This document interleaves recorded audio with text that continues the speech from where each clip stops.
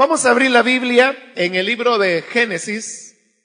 En esta ocasión corresponde el capítulo 40, en la continuación de este estudio que estamos desarrollando en este primer libro de la Biblia, tal como la tenemos encuadernada hoy en día. Dice Génesis capítulo 40, versículo 1. Tiempo después, el copero y el panadero del rey de Egipto ofendieron a su señor. El faraón se enojó contra estos dos funcionarios suyos, es decir, contra el jefe de los coperos y el jefe de los panaderos. Así que los mandó presos a la casa del capitán de la guardia, que era la misma cárcel donde estaba preso José. Allí, el capitán de la guardia le encargó a José que atendiera a estos funcionarios. Después de haber estado algún tiempo en la cárcel, una noche, los dos funcionarios, es decir, el copero y el panadero, tuvieron cada uno un sueño, cada sueño con su propio significado. A la mañana siguiente, cuando José fue a verlos, los encontró muy preocupados y por eso les preguntó: ¿por qué andan hoy tan cabizbajos? Los dos tuvimos un sueño, respondieron, y no hay nadie que nos lo interprete. ¿Acaso no es Dios quien da la interpretación?, preguntó José. ¿Por qué no me cuentan lo que soñaron? Entonces el jefe de los coperos le contó a José el sueño que había tenido. Soñé que frente a mí había una vid, la cual tenía 3 ramas. En cuanto la vid echó brotes, floreció y maduraron las uvas en los racimos. Yo tenía la copa del faraón en la mano. Tomé las uvas, las exprimí en la copa y luego puse la copa en manos del faraón. Entonces José le dijo: esta es la interpretación de su sueño. Las 3 ramas son 3 días. Dentro de los próximos 3 días, el faraón lo indultará a usted y volverá a colocarlo en su cargo. Usted volverá a poner la copa del faraón en su mano, tal como lo hacía antes cuando era su copero. Yo le ruego que no se olvide de mí. Por favor, cuando todo se haya arreglado, háblele usted de mí al faraón para que me saque de esta cárcel. A mí me trajeron por la fuerza de la tierra de los hebreos. Yo no hice nada aquí para que me echaran en la cárcel. Al ver que la interpretación había sido favorable, el jefe de los panaderos le dijo a José: yo también tuve un sueño. En ese sueño llevaba yo 3 canastas de pan sobre la cabeza. En la canasta de arriba había un gran surtido de reposterías para el faraón, pero las aves venían a comer de la canasta que llevaba sobre la cabeza. José le respondió: esta es la interpretación de su sueño. Las 3 canastas son 3 días. Dentro de los próximos 3 días, el faraón mandará que a usted lo decapiten y lo cuelguen de un árbol, y las aves devorarán su cuerpo. En efecto, 3 días después, el faraón celebró su cumpleaños y ofreció una gran fiesta para todos sus funcionarios. En presencia de estos, mandó sacar de la cárcel al jefe de los coperos y al jefe de los panaderos. al jefe de los coperos, lo restituyó en su cargo para que una vez más pusiera la copa en manos del faraón. Pero tal como lo había predicho José, al jefe de los panaderos mandó que lo ahorcaran. Sin embargo, el jefe de los coperos no se acordó de José, sino que se olvidó de él por completo. Hermanos, hemos leído todo este capítulo donde se nos narra de los respectivos sueños que tuvieron el copero del faraón y el panadero. Si usted pudo percibirlo en la lectura, porque se percibe, tenemos ahora en este capítulo a un José mucho más maduro, mucho más seguro de sí mismo, y también lo encontramos en una posición diferente a la que se había narrado en el capítulo anterior, en el 39, donde él había llegado a quedar a cargo de todos los presos, porque el encargado de la prisión notó que todo lo que ponía en las manos de José salía bien, todo prosperaba. Ahora, todos estos cambios se explican por el hecho que entre el capítulo 39 y la historia que acabamos de leer en el capítulo 40, habían transcurrido varios años. Los especialistas consideran que habían transcurrido aproximadamente 11 años entre el capítulo 39 y el 40. Eso significa que José ya no era aquel muchacho que había sido vendido por sus hermanos. Ahora José ya estaba rondando los 30 años de edad, y para esa época, para la expectativa de vida que había, 30 años era ser ya una persona madura. Era equivalente a lo que hoy sería tener como alrededor de 50 años. Por eso es que encontramos estos cambios en la personalidad de José, en sus iniciativas y también en la posición que él tiene ahora dentro de la cárcel, la cual ha cambiado, como lo vamos a ver en un momento. Pero nos relata este capítulo que tanto el copero como el panadero, el panadero del faraón, le habían ofendido. No se nos dice en qué consistió la falta que estos dos funcionarios habían cometido ante Faraón. Es importante, hermanos, aclarar que cuando se habla de un copero o de un panadero, no tenemos nosotros que entenderlo en el sentido moderno, ¿no? Que el copero vendría a ser como una especie de bartender, o que el panadero es el señor que hornea pan por ahí. No era así. En el caso de Egipto y también de otros reyes importantes que habrán de surgir después, las posiciones de copero o de panadero eran posiciones de gran confianza. Por ello, aunque ellos son enviados a la cárcel, veremos que son enviados a la cárcel, pero con privilegios que cualquier otro preso no tenía. Y la razón de esta confianza tenía varios elementos. Uno era que, lo hemos dicho con anterioridad, que los egipcios creían que el faraón era un dios. Ellos creían que Egipto, el país, la tierra, se había encarnado en el faraón. Ellos lo veían como un dios.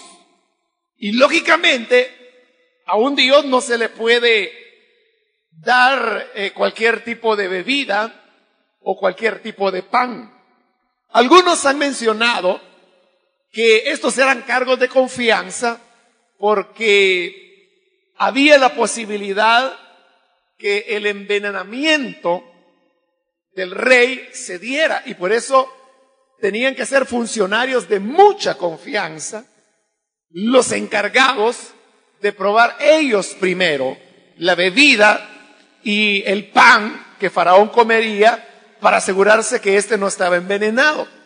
Sin embargo, se sabe que en Egipto eso era algo que prácticamente nunca ocurría, que hubieran complots hacia los reyes, porque recuerde que Egipto era gobernado por dinastías, y fueron dinastías que se prolongaron por siglos, lo cual habla que el problema de asesinatos de reyes para quitarles el poder era algo que en Egipto no se daba con frecuencia. Muy probablemente por el hecho que consideraban que Faraón era Egipto encarnado. Y entonces pensar en asesinar a Faraón era matar a Egipto. Probablemente por eso. Pero lo que sí era verdad es que por esa concepción, que Faraón era un dios, era que tenían que darle los mejores vinos, los que correspondieran al tipo de comida que él estaba comiendo, que estuvieran en su sazón. Igual en el caso de la pastelería que Faraón comía, esta tenía que ser de lo mejor, porque se lo estaban dando al que tenía la mayor grandeza. Por otra parte, tampoco las personas podían ver al Faraón, porque era ver a Dios en su concepto. Entonces las personas que rodeaban a Faraón, y sobre todo los que se encargaban de su alimentación, como el copero y el panadero, tenían que ser personas de muchísima confianza, porque eran personas que todo el tiempo estaban delante de Faraón, sabían que él comía, y eso hablaba de el aspecto humano, porque no era Dios, sino que era un hombre común y corriente, y le daba hambre, y bebía, y comía. Nadie estaba más consciente que eso, que el copero y el panadero. Por eso es que estas posiciones eran muy elevadas, y como le digo, no era simplemente el señor que hacía el pan o el que le partía el pan a Faraón para que comiera, sino que eran funcionarios, es decir, miembros de la corte que tenían estas funciones aparte, por supuesto, de conocer de bebidas y de comida. Entonces el Faraón se enojó y dice el versículo 3 que los mandó presos a la casa del capitán de la guardia, que era la misma cárcel donde estaba preso José. Pero fíjese que dice que los envió a la casa del capitán de la guardia. Ahora, si volvemos al capítulo 39 y ve usted ahí el versículo 1, la parte final del versículo 1 del capítulo 39, dice que ahí vendieron a José a Potifar, un egipcio que era funcionario del faraón, y oiga esto, y capitán de su guardia. ¿Quién era el capitán de la guardia? Potifar. Y dice el versículo 3 del capítulo 40, que los mandó presos a la casa del capitán de la guardia. ¿Quién era ese capitán de la guardia? Potifar. Casi de una manera segura, aunque también existía la posibilidad que hubiese habido cambio en esa posición tan importante. Ahora, el versículo 4 dice que allí el capitán de la guardia, probablemente Potifar, le encargó a José que atendiera a estos funcionarios. Entonces note, en el capítulo 39 vimos que José estaba a cargo de los presos, y ahora el copero y el panadero, llegaban presos. ¿Por qué había necesidad que Potifar probablemente le haya pedido a José que atendiera a estos funcionarios? ¿Y acaso no era él el que ya atendía a los presos? El hecho que ahora Potifar le pidiera que los atendiera nos habla que ya la posición de José era diferente. No se nos dice exactamente cómo había cambiado esa posición, pero que había cambiado, había cambiado. Entonces, José, como era su costumbre, él se dedica a sus tareas, comienza a atenderlos, hace amistad con ellos, se relaciona con ellos, y dice que pasó algún tiempo, no sabemos cuánto, y estuvieron los tres presos, aunque José en calidad de sirviente de ellos. Estando así las cosas, una noche, tanto el copero como el panadero tuvieron los dos un mismo sueño. Y eso es lo que llamó la atención de ambos, que en la misma noche hubieran tenido un mismo sueño que les había intrigado. Entre los egipcios había muchas supersticiones, y parte de esas supersticiones era el tema de los sueños. Hoy en día se han descubierto una gran cantidad de libros escritos en egipcio que eran parte de la literatura egipcia, que trataban el tema de los sueños, de cómo interpretarlos. Pero ahora estos dos funcionarios estaban en la cárcel, y en la cárcel no había nadie que pudiera ayudarles a interpretar los sueños que habían tenido, y por eso ellos amanecieron tristes o cabizbajos, como José habría de decirles. Si ellos hubiesen estado en libertad como funcionarios del faraón, ellos hubieran tenido muchas opciones para buscar una interpretación a sus sueños a través de intérpretes que normalmente eran charlatanes y que se basaban para la interpretación más que todo en cuestiones puramente supersticiosas, más que en una ciencia como los egipcios lo llamaban. Esa mañana José percibe que ellos estaban tristes y les pregunta, ¿por qué están ahora cabizbajos? Y ellos le dicen, lo que pasa es que anoche los dos tuvimos cada uno un sueño y no sabemos la interpretación y no tenemos quien lo interprete. Entonces José viene y les responde con una pregunta: ¿acaso no es Dios quien da la interpretación de los sueños? Pero note que ahora José está hablando con una seguridad. José está hablando con una propiedad. Es la primera vez desde que lo vendieron que él está hablando acerca de Dios.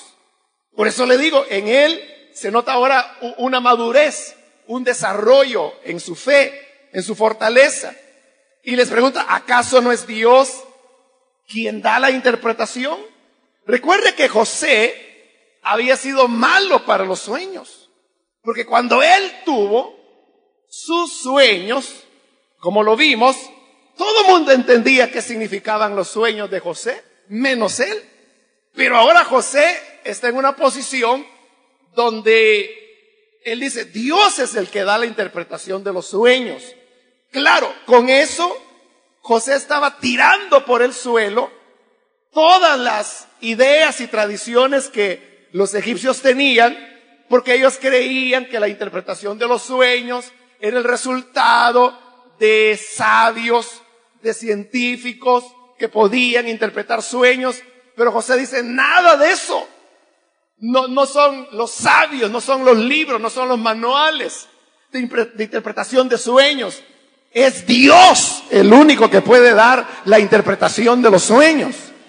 Y los anima y les dice, cuéntenme, ¿por qué no me cuentan lo que soñaron? Viene el jefe de los coperos y le cuenta su sueño, donde ve que hay una vid, es decir, una planta de uva, que tenía 3 ramas. Estas ramas florecen, dan el fruto madura.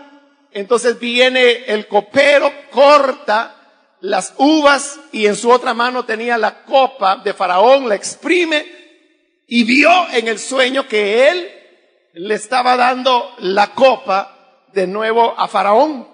José, sin dudar nada, sin moverse, le dice, esta es la interpretación del sueño. O sea, José lo dice con toda seguridad. Él no duda, él no dice probablemente, o me parece, o yo pienso, o considero. O sea, no hay nada de eso, sino que hay una seguridad. Esta es la interpretación de su sueño. Las 3 ramas son 3 días. Dentro de los próximos 3 días, el faraón lo indultará a usted, es decir, lo perdonará, y volverá a colocarlo en su cargo. Usted volverá a poner la copa del faraón en su mano, tal como lo hacía antes, cuando era su copero. Entonces, José le ha interpretado el sueño al copero, pero José mismo estaba tan seguro que esa era la interpretación del sueño, que inmediatamente le pide un favor al copero. Versículo 14. Yo le ruego que no se olvide de mí. Por favor, cuando todo se haya arreglado, háblele usted de mí al faraón para que me saque de esta cárcel. A mí me trajeron por la fuerza de la tierra de los hebreos. Recuerde que hebreos allí no significa nacionalidad. Ya hemos explicado qué sentido tiene el término aquí a estas alturas. Y termina José diciendo, yo no hice nada aquí para que me echaran en la cárcel. Entonces, estaba tan seguro José que el sueño había sido interpretado correctamente, y estaba tan seguro que esa era la interpretación, que José sabía que el copero 3 días más y él iba libre. Y él iba a estar de nuevo con el faraón. Él iba a recuperar su posición de funcionario de alto nivel en el reino de Egipto. Y por eso le dice, mire, cuando salga, cuando todo se haya arreglado, acuérdese que yo le interpreté el sueño, y háblele de mí al faraón, dígale que yo estoy aquí preso injustamente porque no he hecho nada. No vemos que el copero se haya comprometido a hacer algo por José. Sin embargo, la costumbre era en la época que cuando alguien daba una buena noticia, se le daba una recompensa por traer una buena noticia. José le había dado una buena noticia al copero, entonces ya quedaba en una cuestión de honor de parte del copero de darle una recompensa a José.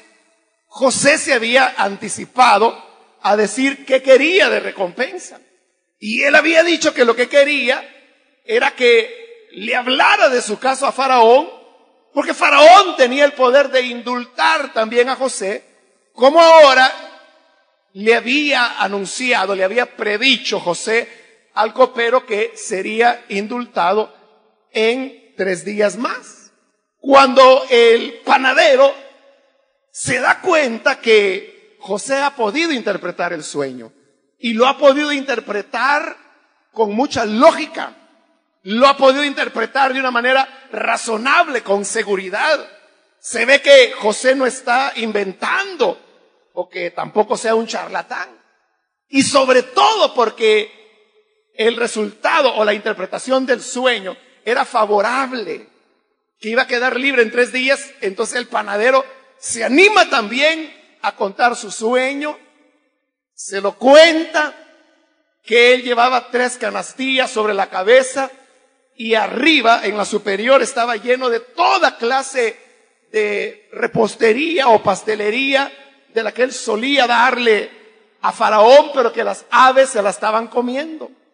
José viene y también con toda seguridad en el versículo 18, esta es la interpretación de su sueño. De nuevo, no hay un tal vez o probablemente, y aunque la interpretación era dura, porque la interpretación era que dentro de 3 días Faraón lo iba a matar. Sin embargo, él no duda en decir, esta es la interpretación del sueño. José podría haber dicho, oiga, fíjese que yo tengo la interpretación, pero prefiero mejor no decírsela porque podía resultar muy duro. Bueno, fue duro, ¿no? Decirle que dentro de 3 días le iban a quitar la vida. Pero José era recto, él era honesto, y parte de la honestidad es el hecho de decir la verdad. Se la dice. No se nos dice cómo reaccionó el panadero ante tal situación.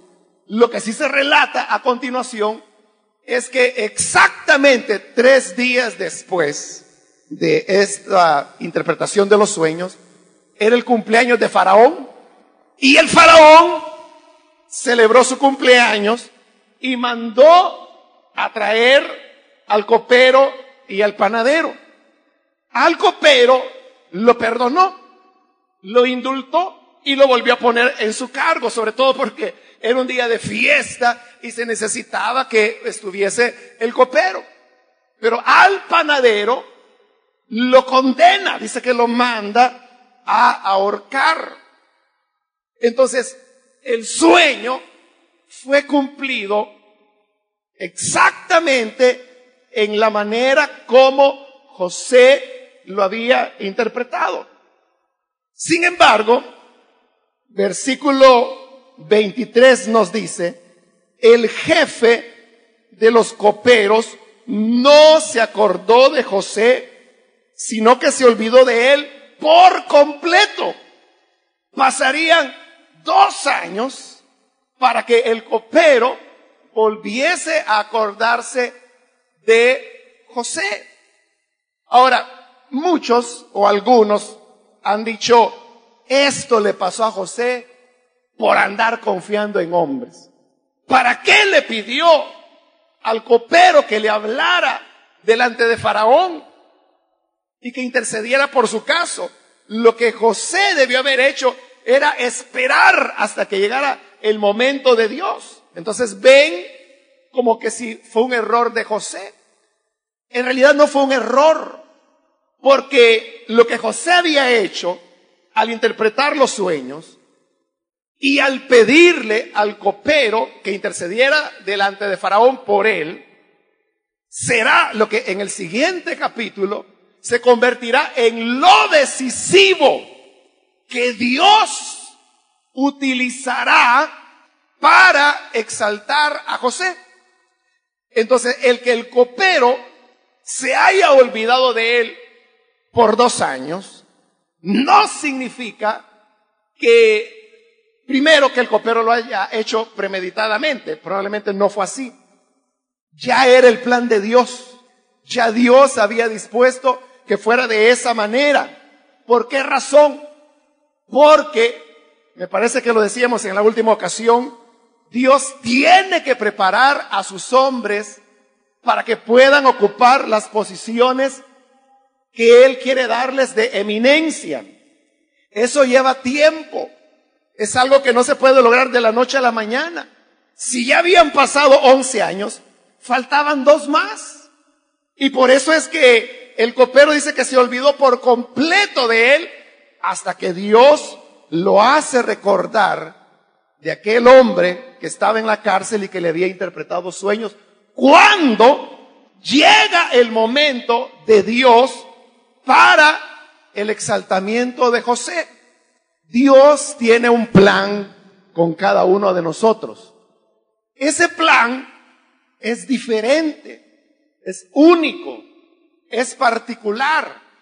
Uno no puede ni debe compararse con otras personas diciendo, bueno, aquella persona llegó al ministerio en 5 años, entonces yo también puedo llegar a tenerlo en 5 años. No necesariamente, porque las funciones, el papel que Dios quiere que cada uno de nosotros juguemos dentro de la obra, sea ministerial o no, Dios tiene que prepararnos para ello. Y Dios tiene como su mejor aliado al tiempo.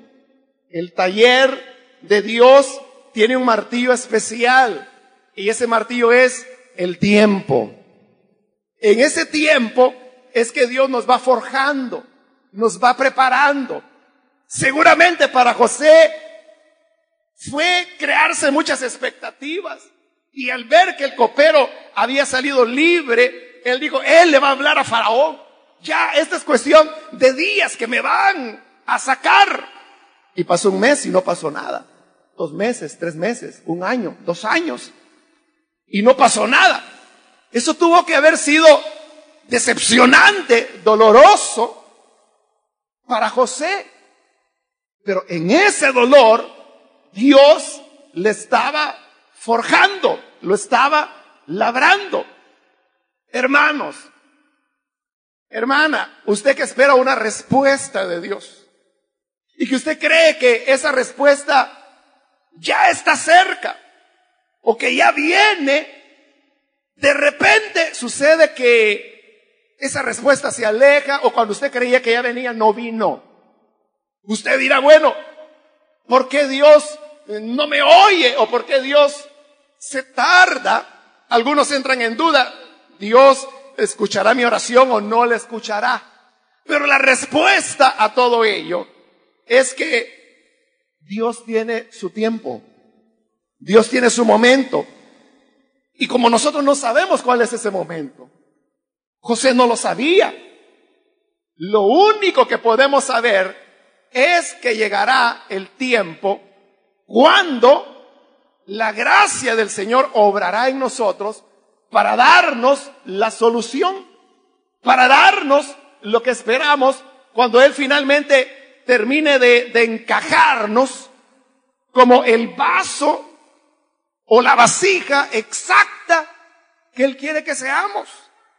A veces creemos que Dios ya está terminando con nosotros y decimos, después de todos estos años de preparación, ya Dios me ha llevado a un punto donde yo creo que hoy sí, Él ya me va a bendecir. Y sucede que no, cuando uno cree que como vasija está lista, viene la mano de Dios, rompe la vasija y a comenzar de nuevo.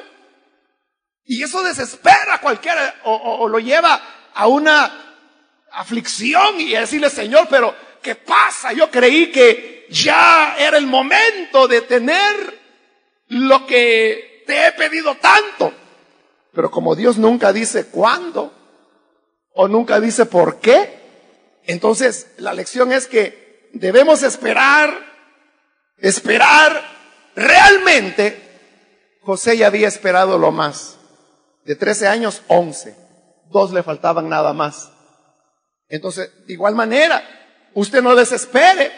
Es posible de que ya falta poco, pero yo le digo, lo que Dios o lo que usted espera de Dios, lo recibirá en el momento cuando Dios le haya preparado a usted para que lo que le va a dar le sea de provecho a usted y a los demás y no que le vaya a servir de destrucción. Tenemos que esperar el momento de Dios. ¿Cuándo es? A mí no me lo pregunte. Y tampoco me vaya a venir a contar sueños porque yo no puedo interpretar sueños. Yo creo que Dios puede hablar a través de sueños. Yo lo creo. Pero yo creo que junto con el sueño Dios da la interpretación. Dice que en la Biblia solo se habla de unos pocos sueños, son 4 si no estoy mal, en toda la Biblia. Y esos sueños todos con la excepción de los dos que tuvo José, todos fueron dados a incrédulos, a paganos. Dios no daba el sueño, o sea, Dios daba el sueño, pero lo que daba a sus hijos era la interpretación del sueño. Pero hoy en día Dios quiere hablarnos más a través de su palabra que a través de sueños.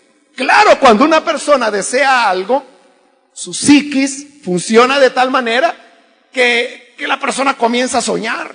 Dice, fíjese que soñé que ya Dios me había respondido. Claro, y no es eso lo que desea. Ahora, si usted me pregunta, mire, ¿y ese sueño será de Dios o será mío? Solo usted tiene la respuesta. Porque cuando Dios da un sueño, uno está totalmente seguro que ese sueño era de Dios. Pero, como yo lo he dicho muchas veces, Dios no está jugando a las adivinanzas con nosotros. Si Él nos va a hablar a través de un sueño, Él nos dará la interpretación del sueño. Además, en la Biblia no se habla que haya don de interpretación de sueños como algunos creen. Dicen, mire, tiene que buscar a una persona que tenga el don de interpretación de sueños. ¿Y eso dónde está en la Biblia? Entonces, si usted cree que el sueño que ha tenido es de Dios, es usted quien tiene que pedirle a Dios que le dé la interpretación. Entonces usted dice, pero mire, yo ya se la pedí y no entiendo. Olvide ese sueño. Porque repito, Dios no está jugando a las adivinanzas con nosotros. Dios da más interpretaciones a sus hijos que sueños. Entonces, la lección principal, hermanos y hermanas, es que nosotros debemos prepararnos. Bueno, más bien es Dios quien nos prepara. La palabra correcta sería, debemos tener paciencia a que llegue ese momento de Dios. En el caso de José fueron 13 años. Pero esos 13 años de dolor, de decepción, primero de sus hermanos, luego de la mujer de Potifar, luego con el copero que se olvidó de él, a cualquiera desalienta.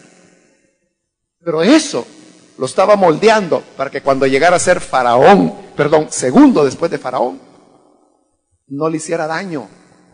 Él no se iba a llenar de orgullo, porque un muerto ya no tiene orgullo. Digo, muerto a su yo, no físicamente. Muerto a su yo, que es mucho más difícil que la muerte física, mucho más doloroso. Entonces, por eso es que José fue de bendición estando ya en autoridad, pero para llegar a la autoridad, primero al molino de Dios, al yunque de Dios. Si usted está allí, si quiere llorar, llore. Si quiere desesperarse, desespérese. Pero nunca pierda la esperanza, la fe que Dios está preparándole para una bendición mejor que viene en el futuro. Así que, adelante, hermanos, y adelante, hermanas, en la paciencia del Señor, porque Él nos ama, quiere lo mejor para nosotros, pero además quiere lo mejor para nosotros en el mejor momento para nosotros. Dios más que nadie está ansioso de darle lo que usted quiere, pero Él no quiere que lo que usted pide le cause un daño o lo vaya a llenar de orgullo y entonces Dios tenga que ponerse a luchar con usted, porque Dios resiste a los soberbios. Es de tener esa paciencia hasta que Dios diga, hoy estás listo. Y usted dirá, sí, hoy que estoy ya todo quebrado, arruinado, molido, pateado, humillado, decepcionado, ahora sí. Sí, ahora sí.